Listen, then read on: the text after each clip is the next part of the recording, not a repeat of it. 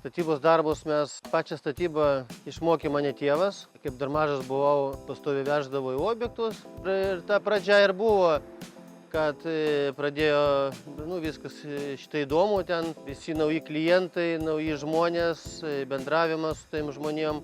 Vėliau laikų bėgant pradėjau pats užsiimti stogais, čia buvo, labiau buvo prie širdies toks darbas.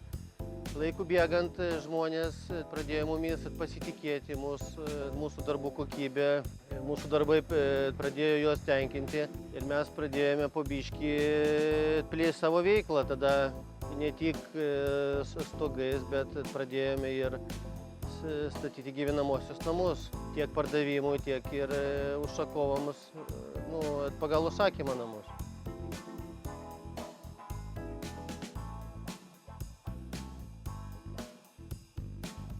Kaip statom namus, kartais mums įdomu pastatyti projektą, kaip, ne pas visus, tarkim, kai būna didžioji rinkoje namų, parduodama yra dvibučiai, keturbučiai, o mes tokius biškį skirtinius projektus darom ir bendraujam su architektais, kad kaip čia padaryti, kad tokį namuką, kad jisai būtų ne taip kaip visi. Ir tą pačią išvaizdą, kad biškį būtų kitokia ir įrenginėjom naujas technologijas.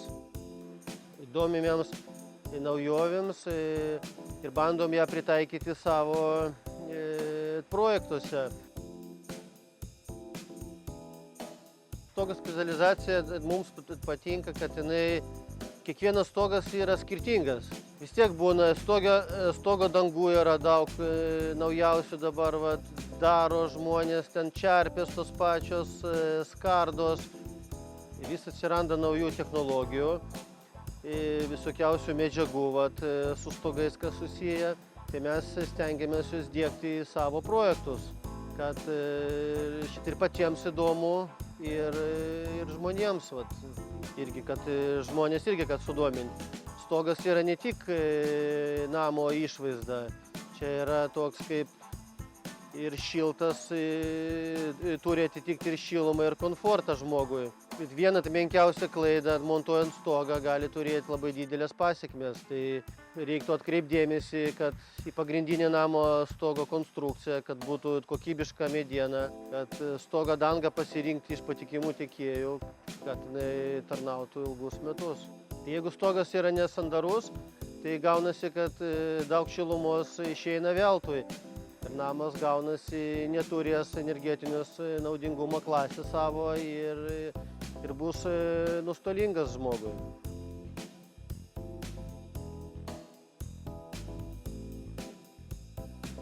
Vėdinimo sistemoje naudojama kokybiška rekuperacijos sistema.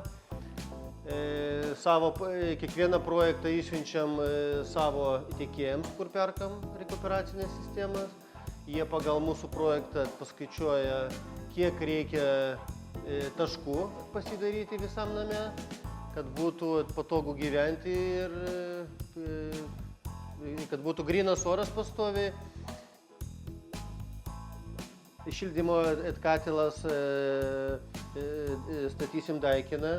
Jo privalumas, kad energijos šildymas gaunasi biškį pigesnis. Mes dar kaip statom namą, dar patys įsirengėme saulės elektrinę. Tai praktiškai žiemą už elektrą, už šildymą nereikia mokėti.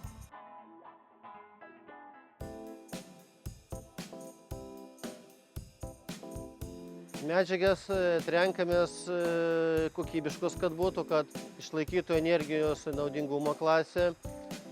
Aišku, žiūrim, kad būtų medžiagos perdirbamos, kad būtų naudojamas CO2. Šiai dienai labai žiūrim į tvarumą. Renkamės medžiagos, kurios nekenktų gamtai, kad būtų namui draugiškos. Labai daug dėmesio skiriame energijos efektyvumui, todėl renkamės tik kokybiškas apšiltinimo medžiagos, kad namas būtų efektyvus, šiltas. Stengiamės, žiūrim, integruojam modernias šildymo sistemas, vėdinimo sistemas, kad lietuviai labai renkasi šilumą.